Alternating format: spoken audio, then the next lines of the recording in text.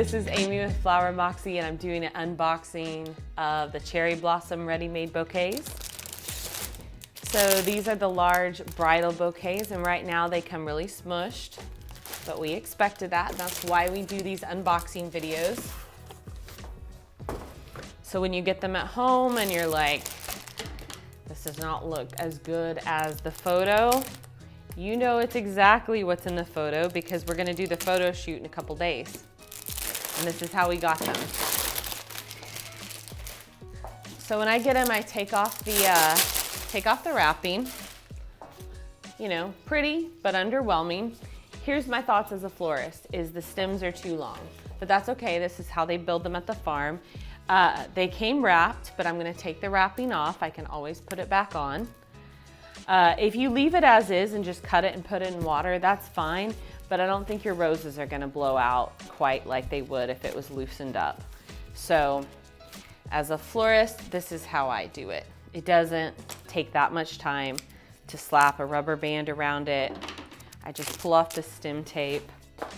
They do such a great job at these farms, and I've visited these farms in Colombia and Ecuador.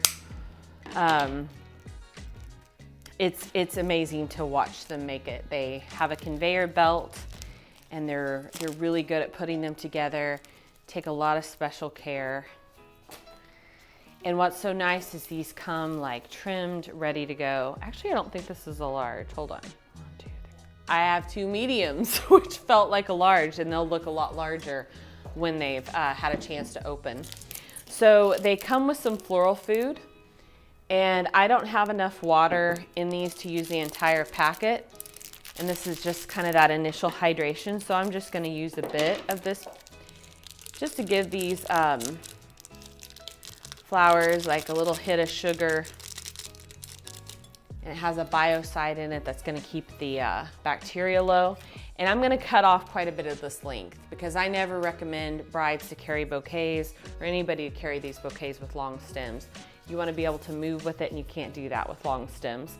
So I'm gonna go ahead and just get rid of those.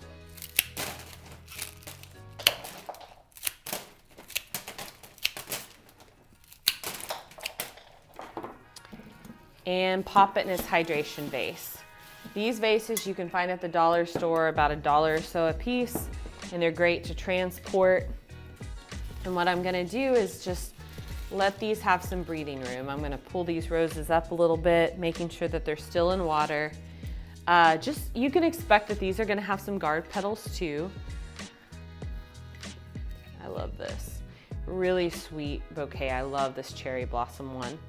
So in our photo shoot and in these pictures that you're so inspired by, what we've done is we've taken these and we've left one the same, and on the other we've taken a flower that we feel like brides would like with this. So I think on this one we might have done quicksand, I believe, and we're gonna backfill. And the whole reason that I'm showing you this is to ignite your imagination that even if this bouquet is not exactly what you want, you can just tweak it and personalize it.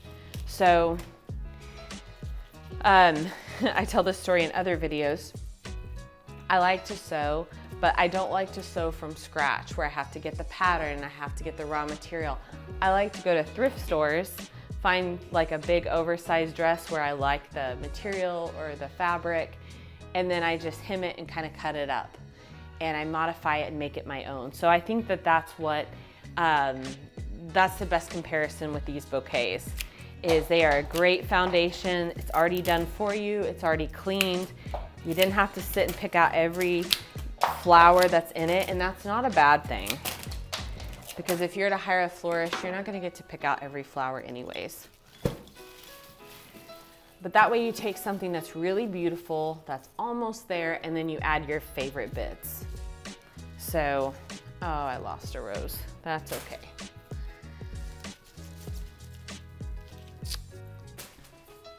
So I'll modify this. There was an anemone in there that didn't make it. So I lost 2 little flowers in this bouquet.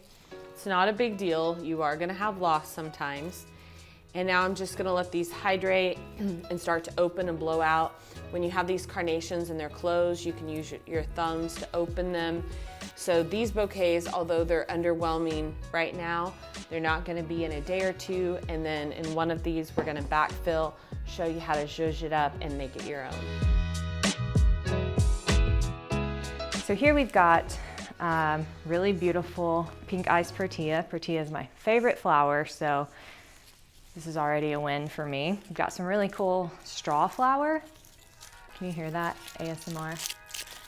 So that's what that is. Those like really never die, so that's fun. And then we've got a nice mix of roses, carnations, pennycress, some spray roses, and some misty here. So what I'm gonna do is keep this bouquet in its spiral form, kind of hold it loosely here in my left hand, and I'm going to add some burgundy and some burgundy carnations and some red ranunculus to this, customize it a bit, and kind of pull out more of these red, deeper tones of the bouquet. Gonna loosen this up, kind of give it a little shake, and immediately I know that I like for my protea, if there's only one in a bouquet, I do like for it to be a little bit more front and center. So I'm just gonna readjust that, kind of slide it in here in the spiral. Sorry, I'm kind of manhandling that. Just kind of tuck it down deep in the front. Bring that down. And then I want to move these greeneries in different positions. Right now, it's kind of in a collar around the bouquet, which is fine if that's what you want, but I'm going for a bit more of a loose kind of organic shape. So I'm going to tuck these in throughout the bouquet.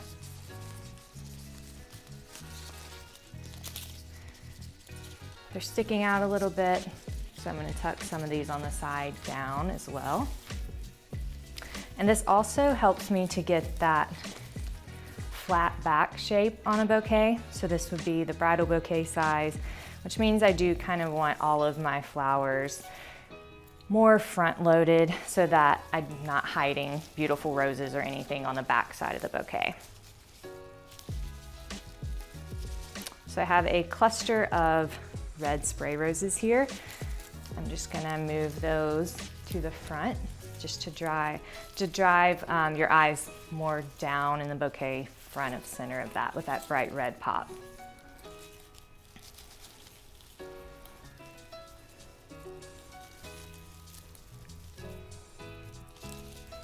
So I'm pulling up these back flowers so that we can see every flower in this bouquet.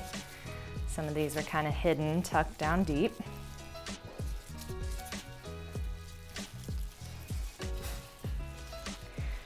And right now I haven't really adjusted placements or like depth or anything in this bouquet. I'm just fixing so that everything is facing the front. And I do have a mirror here, so I'm gonna go ahead and look at that and make sure we're on the right path so far. Okay, I think this is already looking so good, but we have these flowers, so we're gonna use them, and I see a few holes that I can fill. So immediately I know that I can fill this hole with this burgundy carnation. And again, when I add these, I'm staying with that spiral. So I'm not working against the stems, I am sticking it directly into this spiral here in that same direction so that the stems aren't bending against each other and breaking.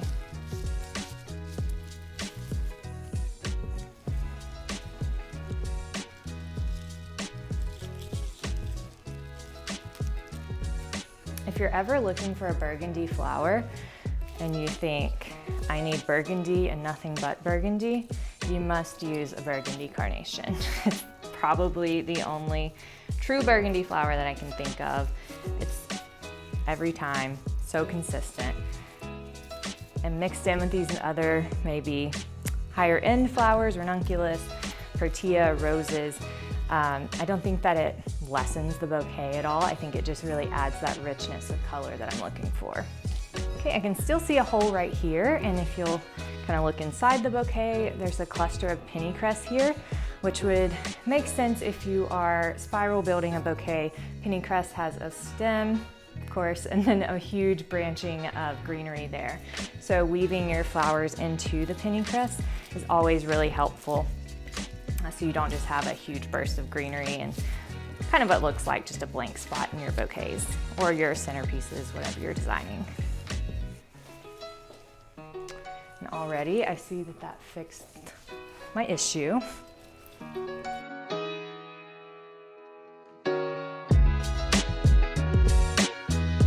Okay, now that my carnations are where I want them, I feel pretty good about the rose placement. I'm gonna take a breath and remember to loosen my hands and let these flowers fall naturally where they want to be. That helps me get that organic shape. And it also makes it much easier to insert these stems into loose stems in my hands and not so tight.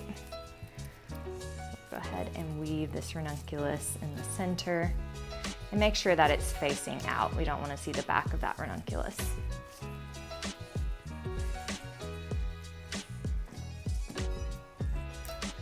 I'm ripping these off, but I'm not throwing them away. I'm going to save these for things like bud vases or boutonnieres, corsages. Just stick those in water and save them for later. It's getting a little harder to get my stems through, but that's okay. I will persevere. There it goes. Now I have a burgundy carnation here. I can see in the mirror it's not really doing anything for me, and I think there's a hole in the front I might need this for, so I'm removing that. I'll kind of bring up the ones around it a little bit.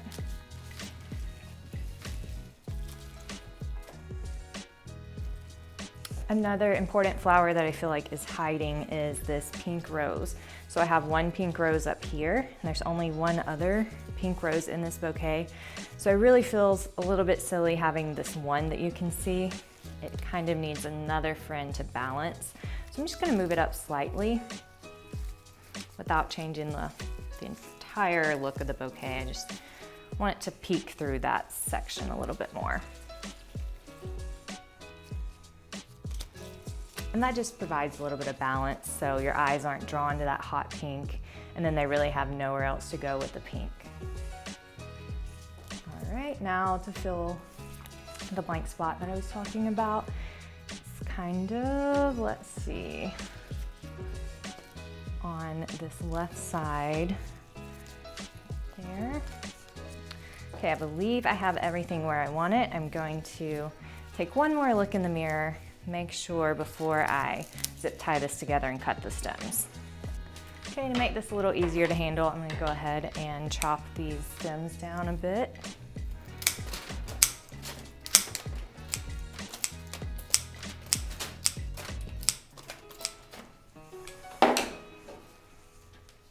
Now to secure the bouquet in place, I'm gonna use a zip tie. You could use a rubber band or waterproof tape. Anything works. I like the zip tie because I feel like it's easier for me to manage, and I know it's not really going anywhere, it's not gonna move. But I also am very careful not to tighten this too tightly so it doesn't damage stems. I'm gonna get it really loose on there so that I'm still able to adjust stems if I need. So now that I have them in place, I just kind of, shake them, wrangle them apart a little bit. And I want to show you the back of this bouquet. So you see how flat this is? That's perfect for anyone carrying this bouquet to hold it against their person. And then in between photos or between wedding or the event and reception, it's really easy to set that down without damaging any stems. Okay, from where I can see now, I'm happy with everything, but one more look in the mirror. Oh yeah, I actually love this. Okay, so that was super fast and easy. These pre-made bouquets are incredible. It gives you a really great base to start from. You can use them without adding flowers. You don't have to rearrange the shape. Totally up to you, totally customizable. So yeah, it's super easy to fit your needs. This is the Cherry Blossom Pre-Made Bouquet. Super fun, and yeah, let me know what you think.